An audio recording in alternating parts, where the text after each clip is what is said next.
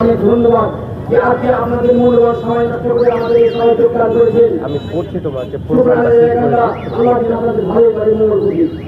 বন্ধুগণ, আমার সময় খুব কম, 3 মিনিট দিয়েছে, এর মধ্যে আমার শেষ করতে হবে। 1947 সালে ভারত স্বাধীন হয়েছিল, সেখানে লালকেল্লাতে লেখা আছে প্রায় 1 লক্ষ লোকের নাম, তার মধ্যে 65,000 মুসলমান ছিল। আমাদের মুসলমানের অবদানের কথা বলছি। আমরা যে আফগানি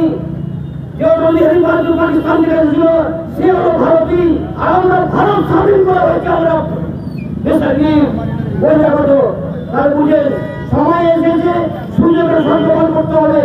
এই 3-4টা মুখ্যমন্ত্রীকে আমরা এনেছি, প্রায় 15-16 বছর আগে টিএমসি করেছিলাম, ওকে এনেছি রাস্তা থেকে উঠিয়ে আজকে বসিয়ে দিয়ে আমাদের উপরে রোলার চালাচ্ছে।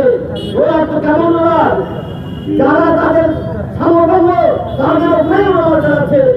তাই সময় আসছে, সামনে বিধানসভা ভোট, আপনার মূল্যবান ভোটটি সমস্ত একসাথে কংগ্রেস প্রার্থীদের দিয়ে এই অন্যায়ের প্রতিবাদ করার জন্য আপনাদেরকে আহ্বান জানাই। আমরা কি দিইনি, আমরা দিয়েছি ক্রিকেট খেলাতে আজহারউদ্দিন, এমনকি আপনারা জানেন এখন কত খেলোয়াড় আছে, সব দিয়ে আমরা দিয়েছি জেতার পক্ষে। আমরা সিনেমা জগতে দিয়েছি শাহরুখ খানকে, আমরা নায়কের জগতে দিয়েছি আমরা মোহাম্মদ রফিকে। আমরা কোন জায়গাতে নাই, ভারতবর্ষের যেটুকু ইনকাম হয় তার মধ্যে 90% আমাদের মোগল সাম্রাজ্যের পিরিয়ড থেকে ঐতিহাসিক জিনিস থেকে ইনকাম হয়, আর আমরা হচ্ছে বিদেশি, আর এরা হচ্ছে স্বদেশি। তাই আমরা ঝগড়া করতে রাজি নাই, আমরা অন্যায় করতে রাজি নাই। শান্তিপ্রিয় দেশ। এখন মুসলমানের তরফ থেকে লেখা আছে কোরআনে, আল্লাহ একরাফিদ্দিন, এই বন্ধুগণ তোমরা ধর্ম নিয়ে বাড়াবাড়ি করবে না, ধর্ম নিয়ে বাড়াবাড়ি করবে না। এবং অন্য জাতি আমার হিন্দু ভাইদেরকে বলছে, কোরআন বলছে যে তোমরা ওনাকে খারাপ ভাষায় গালাগালি করবে না। কোরআন বলছে সে তো আমাদের তো করার কোন প্রশ্নই হবে না। সেহেতু হিন্দু মুসলমান আমরা ভাই ভাই একসাথে থাকতে চাই। আর আগামী বিধানসভা ভোটে আপনার মূল্যবান ভোট এই চোর সরকারকে দেশ থেকে তাড়াতে আমরা ঐক্যবদ্ধ হয়ে আমাদের জাতীয় কংগ্রেস সেই প্রার্থীগুলো হিন্দু হোক মুসলমান হোক আমাদের ভেদাভেদ করার দরকার নেই। আমাদের কংগ্রেস এই সূত্রে আমাদের ঐক্যবদ্ধ হতে হবে। আর অনেক কিছু আছে, আমার বড় সারা বললে শেষ হবে না, কিন্তু আমাদের সময় কম দিয়েছে। আপনারা আগামী দিন ঐক্যবদ্ধ হয়ে আপনার সামনে প্রার্থীদের বিপুল হয়ে যেতে আশা থেকে আমি আমার সঙ্গে শেষ করলাম। বন্দে মাতরম, জয় হিন্দ।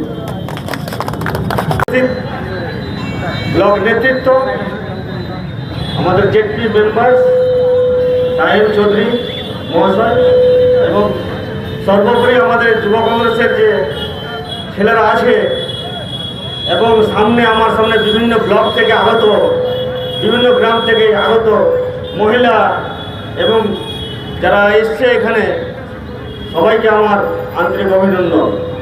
আজকে আমাদের এজেন্ডা ছিল, আজকে ব্লক কংগ্রেস এবং ছাত্র পরিষদ ছেলেদের আমাদের এজেন্ডা ছিল আজকে এসআই নিয়ে আলোচনা এবং আমাদের ওয়াকফ বিল নিয়ে এই যে আমার ভিক্ষার পথসভা।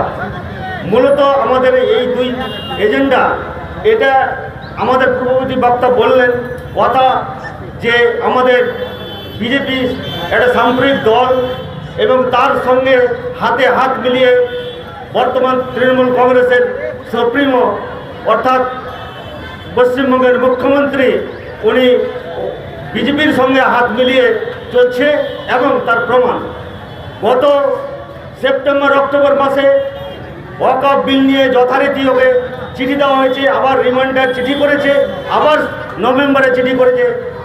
তারপরে চুপ করে থেকে যাওয়ার পরে এখন হঠাৎ বিডিও এসডিও সবাইকে বলছে যে ওয়াকফের উম্মিদ পোর্টালে লোড করতে হবে, করতে হবে।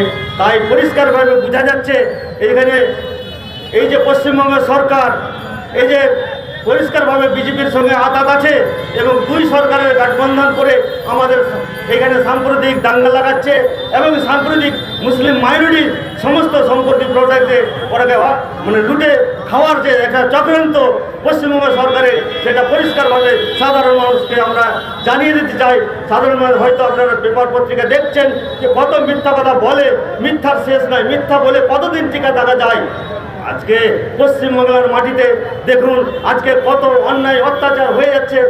আজকে দিদি আর মোদি এই যে মন্দির হ্যাঁ, এবং সাম্প্রদায়িক দল, দুই দলই সাম্প্রদায়িক দিয়ে এবং সাম্প্রদায়িক খেলা খেলে আমাদেরকে বিভিন্ন রকম সামাজিক অশান্তি শৃঙ্খলা সৃষ্টি করছে।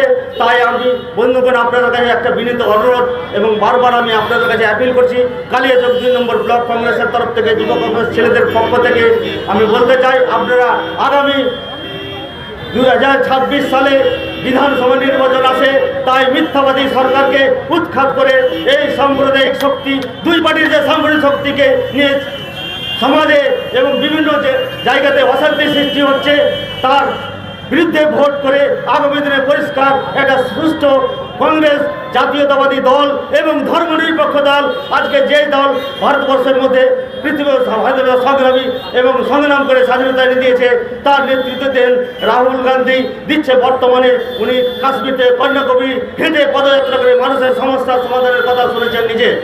এবং বর্তমানে আমাদের পার্লামেন্টে আপনারা দেখতে পাচ্ছেন বিভিন্ন এসআইয়ের ওয়াকফ বিল নিয়ে মামলা করেছে এবং সর্বশেষ আজকে কংগ্রেস ওয়াকফ নিয়ে মামলা করেছে, তার কপি বেরিয়েছে। এবং মমতা ব্যানার্জি বলে মিথ্যা কথা, সমাজকে ধোঁকা দেওয়ার জন্য বলে যে আমরা সুপ্রিম কোর্টে মামলা করেছি, কিন্তু না, আজকে কোনো হাইকোর্টেই হোক সুপ্রিম কোর্টেই হোক যদি মামলা করে তার রিট পিটিশনের কপি এবং মেমোর নম্বর, ডেট, হোয়াইট নম্বর সমস্ত জনসাধারণ দেখতে পাবে। কিন্তু এটা মিথ্যা কথা বলে, ও কোনো কিছু আমাদের জন্য করছে না, উনি ভোট নিয়ে ব্যস্ত এবং সমস্ত সাম্প্রদায়িক শক্তিকে নিয়ে খেলা করার জন্য এবং আমাদের কিছু আমি বলবো না, মেরুকরণ রাজনীতি করে আমাদেরকে ভোটকে ডাইভার্ট করার চেষ্টা করছে এবং আমাদেরকে পিছিয়ে ফেলে দিচ্ছে।